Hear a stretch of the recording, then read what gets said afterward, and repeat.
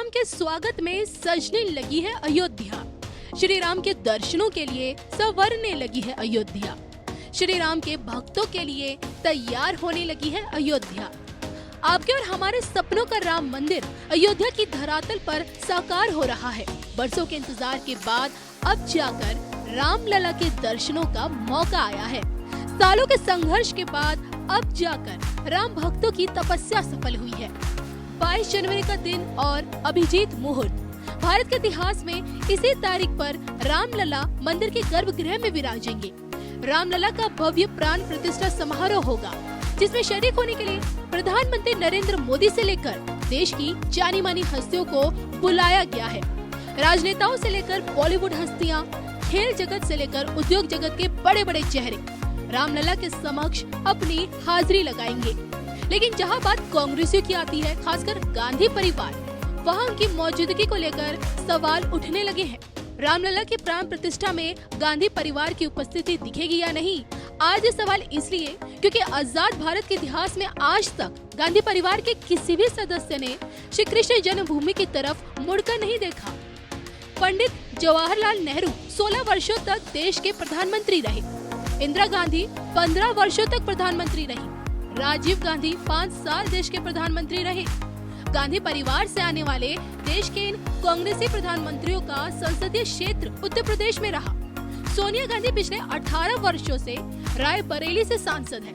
राहुल गांधी 15 सालों तक अमेठी से सांसद रहे। गांधी परिवार का हमेशा से उत्तर प्रदेश से गहरा नाता रहा, लेकिन वर्षों की इस राजनीति में किसी ने भी श्री कृष्ण जन्मभूमि की चौखट पर कदम नहीं रखा। क्या इसके पीछे राजनीतिक मंशा है या फिर कोई और बात? इस पर वकील के भेष में नागा साधु का जीवन बिता चुके सुप्रीम कोर्ट के अधिवक्ता करुणेश शुक्ला ने क्या कुछ कहा, गौर से सुनिए। यहाँ आपने एक कांग्रेस सरकार का जिक्र किया। मैं आपसे ये भी जानना चाहूँगी, क्योंकि आप इस मसले से एक लंबे समय से जुड़े हुए इस विवाद से। भारत के इतिहास में कोई भी, अगर मोदी जी को हाल फिलहाल में छोड़ दिया जाए, तो कोई भी प्रधानमंत्री मंदिर की चौखट तक नहीं पहुँचा। गांधी परिवार से जितने भी प्रधानमंत्री रहे हैं, नेहरू जी की बात कर लीजिए, इंदिरा जी की बात कर लीजिए, बाकी जितने भी, राजीव जी की बात कर लीजिए, किसी ने भी गांधी परिवार, कोई किसी सदस्य ने भी कृष्ण जन्मभूमि की चौखट पर शीश नहीं झुकाया। इसके पीछे का क्या रीज़न आप मानते हैं? देखिए, इसके पीछे का रीज़न तो मतलब थोड़ा सा बताना, मतलब ये तो वही लोग बता पाएंगे कि वो क्यों नहीं जाते हैं। शायद मुझे जहाँ तक लगता है कि अगर कोई क्रिश्चियन होता है, बपतिस्मा होता है उसमें, तो उनको ये बपतिस्मा के बाद ये कहा जाता है कि आप जो है हिंदू धर्म के लोगों में जब कहीं कथा होगा तो आप प्रसाद मत ग्रहण नहीं करना है आपको जी। तो अगर वहाँ मंदिर में जाएंगे तो चरणामृत होगा या इस तरीके का चीज़ होगा तो उनको खाना पड़ेगा, तो कहीं ना कहीं क्रिश्चियनिटी खत्म हो जाएगी। मैं एक बात बता रहा हूँ जो मुझे लगता है। या जब किसी व्यक्ति का, बाबा का नाम फिरोज हो, तो उनके बेटे का नाम, और मतलब कहीं ना कहीं ऐसे संप्रदाय से आते हैं, मजहब से आते हैं जो उनकी पीढ़ी दर पीढ़ी तो अगर आप उनका पूरा इतिहास देखा जाए तो कहीं ना कहीं मजहबी है। तो हो सकता है कि इस वजह से भी ना उनके में मूर्ति पूजा हराम है। तो इस वजह से ये भी एक, मतलब मैं एक अनुमान बता रहा हूँ, तो हो सकता है ये भी एक कोई कारण हो कि मूर्ति पूजा में वो लोग विश्वास ना रखते हों, क्योंकि हिंदू मूर्ति पूजा में विश्वास रखता है जी। हो सकता है कि राजनीतिक मंशा हो, कि उनको लगता है कि अगर हम जाएंगे तो एक तुष्टीकरण की, एक जो उनकी एक मुस्लिम जो वोटर्स हैं वो नाराज हो जाएंगे, इस वजह से शायद नहीं जाना चाहते हो। कार्यक्रम में उपस्थित ब्रज के पूज्य संतगण, उत्तर प्रदेश के राज्यपाल आनंदीबेन पटेल, मुख्यमंत्री श्रीमान योगी आदित्यनाथ जी, हमारे दोनों उप मुख्यमंत्री में मंत्रिमंडल के और सहयोगीगण, मथुरा की सांसद बहन हेमा मालिनी जी और मेरे प्यारे ब्रजवासियों, सबसे पहले तो मैं आपकी क्षमा चाहता हूं क्योंकि मुझे आने में विलंब हुआ, क्योंकि मैं राजस्थान में चुनाव के मैदान में था।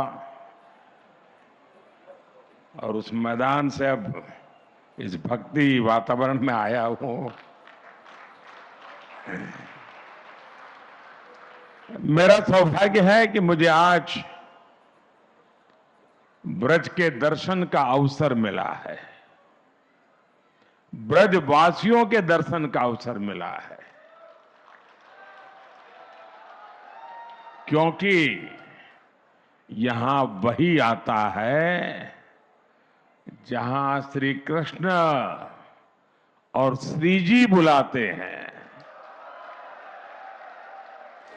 ये कोई साधारण धरती नहीं है, ये ब्रज तो हमारे श्यामा श्यामजू का अपना धाम है।